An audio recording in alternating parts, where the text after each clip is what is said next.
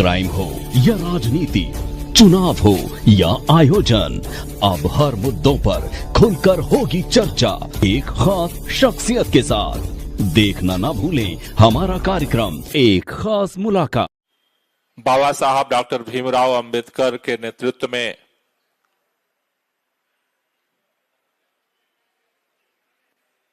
भारत के संविधान का आज स्थापना दिवस है, संविधान दिवस है। और उसी दिन आम आदमी पार्टी की स्थापना हुई। ये संयोग नहीं था,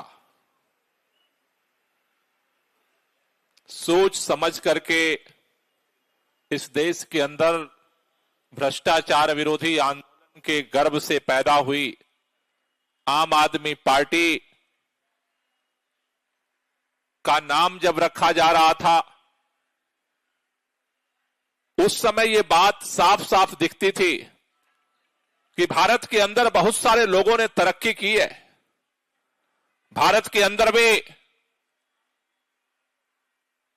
बड़े बड़े बैंक अकाउंट वालों की लंबी फहरिस्त है, लेकिन जिन लोगों की कुर्बानियों के दम पर यह देश आजाद हुआ, जिनकी कुर्बानियों के दम पर भारत के अंदर अपना संविधान बनाने का, संप्रभु भारत के निर्माण का रास्ता साफ हुआ, वो आदमी अब भी उसी तरह से घुट घुट करके जी रहा है जैसे अंग्रेजों के गुलामी के दौर में जीता था।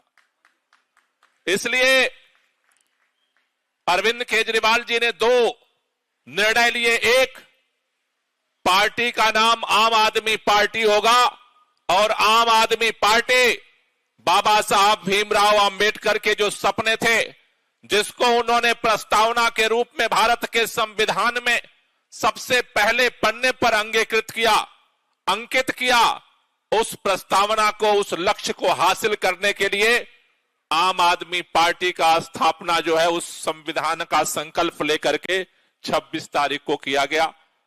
हमें इस बात की खुशी है कि अरविंद केजरीवाल के नेतृत्व में भारत के अंदर जो संविधान के दिवस के अवसर पर आम आदमी पार्टी बनी। आमतौर पर लोग कहते थे, जब भ्रष्टाचार विरोधी आंदोलन जब चल रहा था इस देश के अंदर, भ्रष्टाचार के खिलाफ जब लड़ाई आगे बढ़ रही थी, तो बहुत सारे लोग कहते थे जब तक लोगों को सत्ता नहीं मिलती है तब तक सभी ईमानदारी के नारे लगाते हैं, लेकिन जब अवसर मिल जाता है तो बेईमानी के रास्ते खुल जाते हैं। मैं पूरे देश के कार्यकर्ताओं को और देश के निर्माताओं को, देश के स्थापना करने वाले आम आदमी पार्टी के सभी वॉलंटियर को बधाई देना चाहता हूं। हिंदुस्तान की पूरी हुकूमत ने सत्ता के संचालन के बाद आम आदमी पार्टी और अरविंद केजरीवाल के घर से लेकर के हिंदुस्तान के कोने कोने, चप्पे चप्पे पर छान लिया। और इस सारे स्क्रूटनी के बाद आज इस मुल्क के अंदर एक संदेश गया है कि सत्ता के बाद भी कोई ईमानदार रह सकता है, कोई पार्टी ईमानदार रह सकती है। मैं जिम्मेदारी से कहना चाहता हूं, मुख्यमंत्री छोड़ दो, मंत्री छोड़ दो, अगर भारतीय जनता पार्टी के एक पार्षद का भी ईमानदारी से जांच हो जाए, भारतीय जनता पार्टी का एक भी नेता ऐसा नहीं है जिसके आप सबूत ना मिल जाए। लेकिन अकेली आम आदमी पार्टी है, इन तमाम तूफानों के बाद भी चट्टान की तरह सीना तान करके खड़ी है। और वह इसलिए खड़ी है, भारतीय जनता पार्टी के पास सत्ता के सीबीआई की ताकत है, ईडी की ताकत है, पैसे की ताकत है, नफरत की ताकत है। लेकिन कल भी आम आदमी पार्टी के पास ईमानदारी की ताकत थी, आज भी ईमानदारी की ताकत है, और कल भी ईमानदारी की ताकत से इस हिंदुस्तान के अंदर नई राजनीति की इबारत लिखेगी आम आदमी पार्टी। इसलिए आप सब लोगों को इस मौके पर बधाई देते हुए एक ही बात कहना चाहता हूं, भारतीय जनता पार्टी को और देश के तमाम नेताओं को अरविंद केजरीवाल के शरीर से डर नहीं लगता। इन सभी हुक्मरानों को अरविंद केजरीवाल के विचारों से डर लगता है, क्योंकि इस शख्स ने इस देश की राजनीति, जब लोगों ने मान लिया था राजनीति में कुछ नहीं हो सकता है, इस देश के अंदर, दिल्ली के अंदर से उम्मीद की एक किरण जलाई है। चारों तरफ तूफानों के बीच में पहला तो यही संकट था कि किरण जलेगी कैसे, दिया जलेगा कैसे उम्मीद का। लेकिन जलने के बाद सबसे बड़ी चुनौती थी कि इस जलते दिए को कैसे बुझाया जाए। लेकिन अरविंद केजरीवाल ने उम्मीद की दिया जलाई भी, उम्मीद का दिया बचाया भी।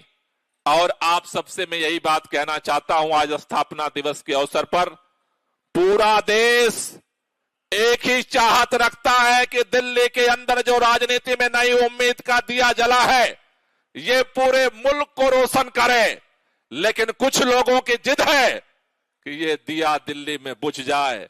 आगामी चुनाव इस बात का संकेत देने वाला है कि ये दिया न बुझने वाला है न रुकने वाला है। देश की राजधानी से शुरू हुआ है तो देश के कोने कोने में जाने वाला है। मैं आज पार्टी के स्थापना दिवस के अवसर पर पूरे देश भर के कार्यकर्ताओं को बधाई देना चाहता हूं कि इन तमाम संकटों के बीच में जिस तरह से आपने साथ दिया है, जिस तरह से एकजुटता का परिचय दिया है, आज वो ताकत, वो हिम्मत मिल करके आगामी लड़ाई के लिए हमारी ताकत बनेगी। आप सब लोगों को बहुत बहुत शुक्रिया, बहुत बहुत धन्यवाद।